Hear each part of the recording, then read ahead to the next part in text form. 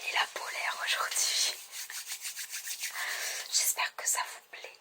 On va commencer tout de suite avec la lecture. Nous lisons aujourd'hui le livre des Proverbes des chapitres 4 à 6. C'est parti ensemble pour la lecture. Notre fidèle ami, toujours là.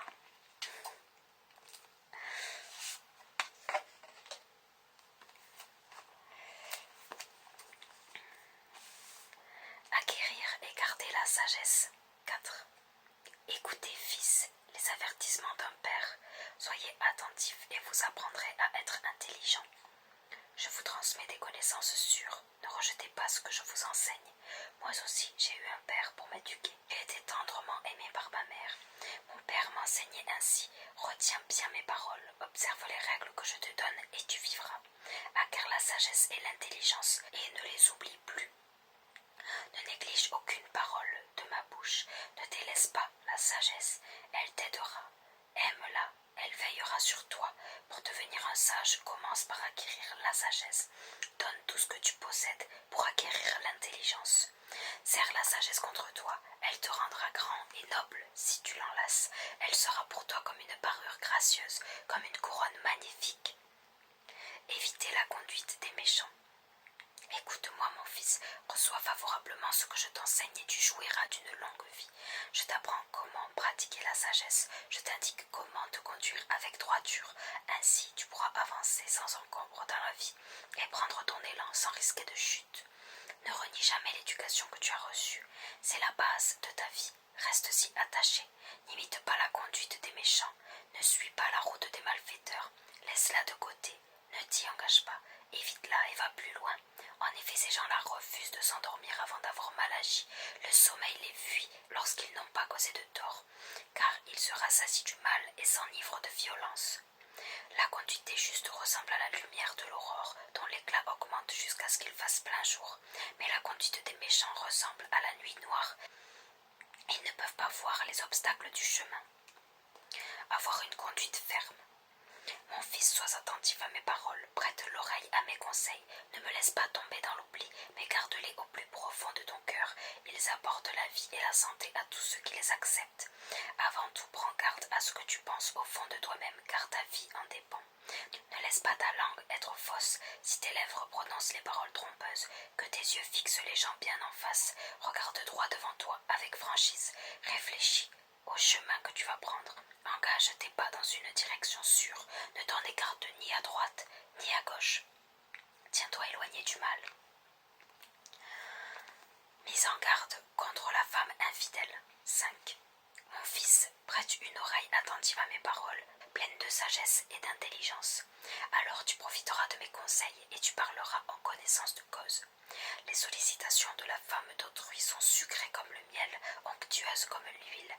Mais à la fin de celle-ci, laisse le goût d'une plante amère. Elle blesse comme une arme à double tranchant.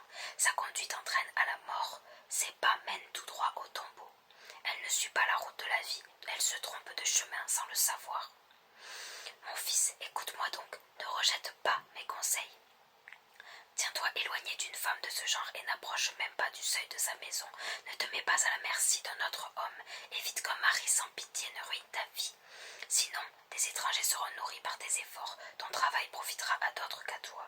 Et pour finir, tu seras à bout de force. Tu te lamenteras comme une bête. Tu diras « Hélas, je n'ai pas aimé les avertissements. Je n'ai pas voulu accepter les reproches. Je n'ai pas écouté l'avis de mes maîtres. Je n'ai pas prêté l'oreille à ceux qui m'enseignaient. J'ai été au bord du pire des malheurs, devant l'assemblée de mon peuple. » Aimez la femme de sa jeunesse. Ta femme est comme une source d'eau pure. Bois à cette source. Ne laisse pas son eau couler dans les rues et se disperser sur les places publiques. Qu'elle soit pour toi seule, ne la partage pas avec des étrangers. Remplis-la de bonheur. Trouve ta joie dans la compagne de ta jeunesse. Ta femme est aimable et gracieuse comme une gazelle. Que ton corps se comble toujours de plaisir. Abandonne-toi sans cesse à son amour. Mon fils, pourquoi t'abandonnerais-tu à la femme d'un autre? Pourquoi chercherais-tu le plaisir auprès d'une étrangère? Le Seigneur voit la conduite de tout homme. Il observe chacun de ses actes. Les fautes emprisonnent celui qui les commet. Elles le tiennent captif à la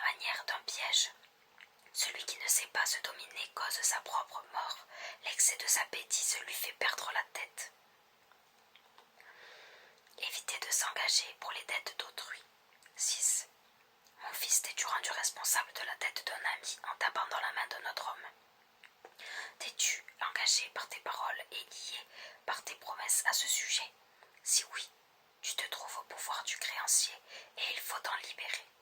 Va le voir, supplie-le.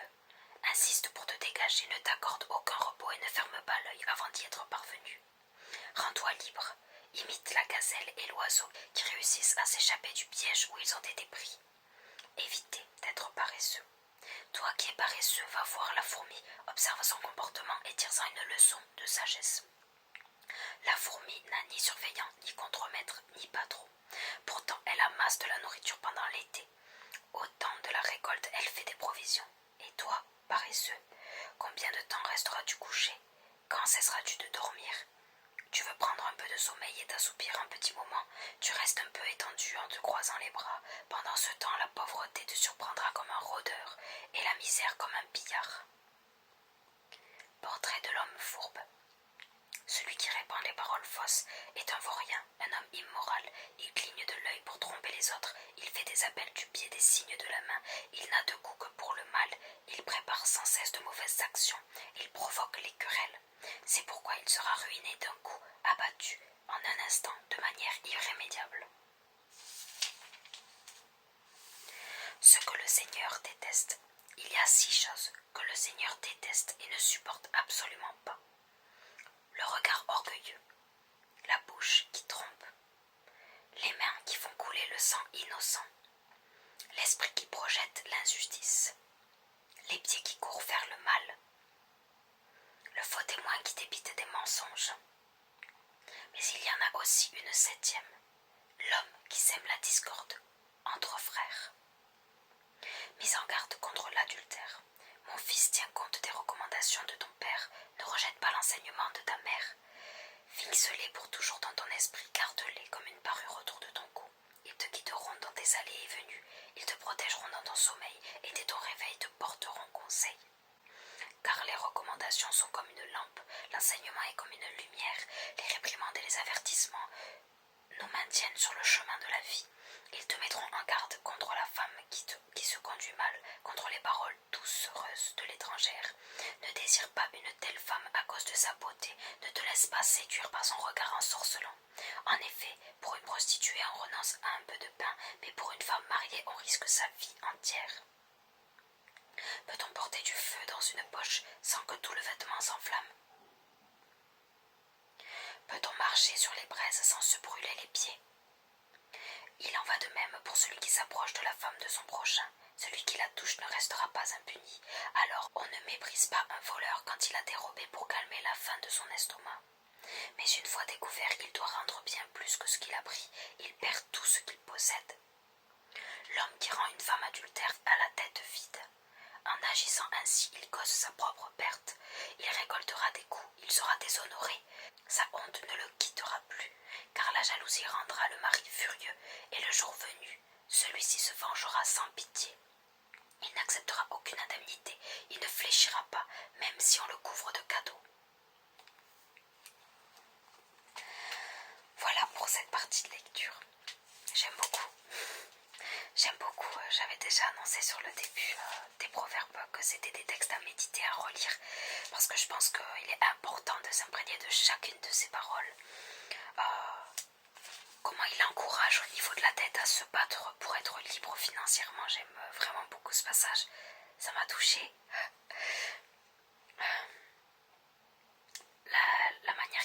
La manière dont on s'adresse aussi avec des paroles de sagesse par rapport au fait de côtoyer certaines personnes ou non, au niveau amoureux, au niveau du désir charnel, très intéressant aussi.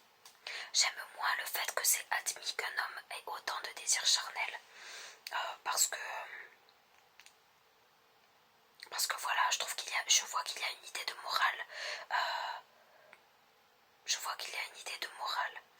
Mais par rapport au désir charnel, je pense qu'il y a un travail de fond à faire, qui est simplement d'abaisser son désir pour voir en la femme autre chose qu'un outil sexuel, autre chose qu'un projet sexuel quelconque.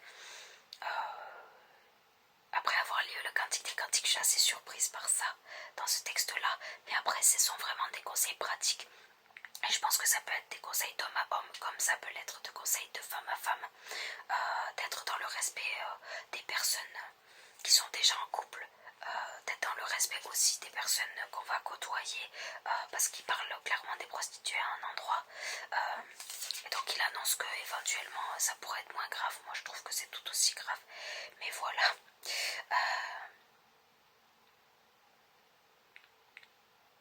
Voilà, je pense que c'est à peu près tout. Et à nouveau il parle, ça me touche moins, mais il parle aussi du fait de s'éloigner du mensonge, de s'éloigner du fait de proliférer de mauvaises paroles, de faire le mal aussi. Voilà, il décrit clairement le profil d'une personne qui fait le mal et comment elle se comporte, et le profil d'une personne qui fait le bien et comment elle se comporte. J'apprécie ça. Voilà. Je vais m'arrêter là pour aujourd'hui. On se retrouve lundi pour la prochaine lecture biblique. Je vous fais des gros bisous, je vous souhaite une très bonne relaxation. Si jamais vous n'avez pas eu assez de lecture pour ce soir, allez voir le début des proverbes dans la vidéo que j'ai publiée mardi et non lundi malheureusement. J'ai pas eu le temps de le faire lundi. Mais voilà, elle est en ligne. Et voilà, si jamais vous voulez de la SMR pure, c'est tout aussi possible. Le calendrier de l'Avent arrive à grands pas. Je vous souhaite une très bonne relaxation. Si vous êtes toujours là à ce moment de la vidéo, mettez dans les commentaires le mot tigre. Et n'oubliez surtout pas, abonnez-vous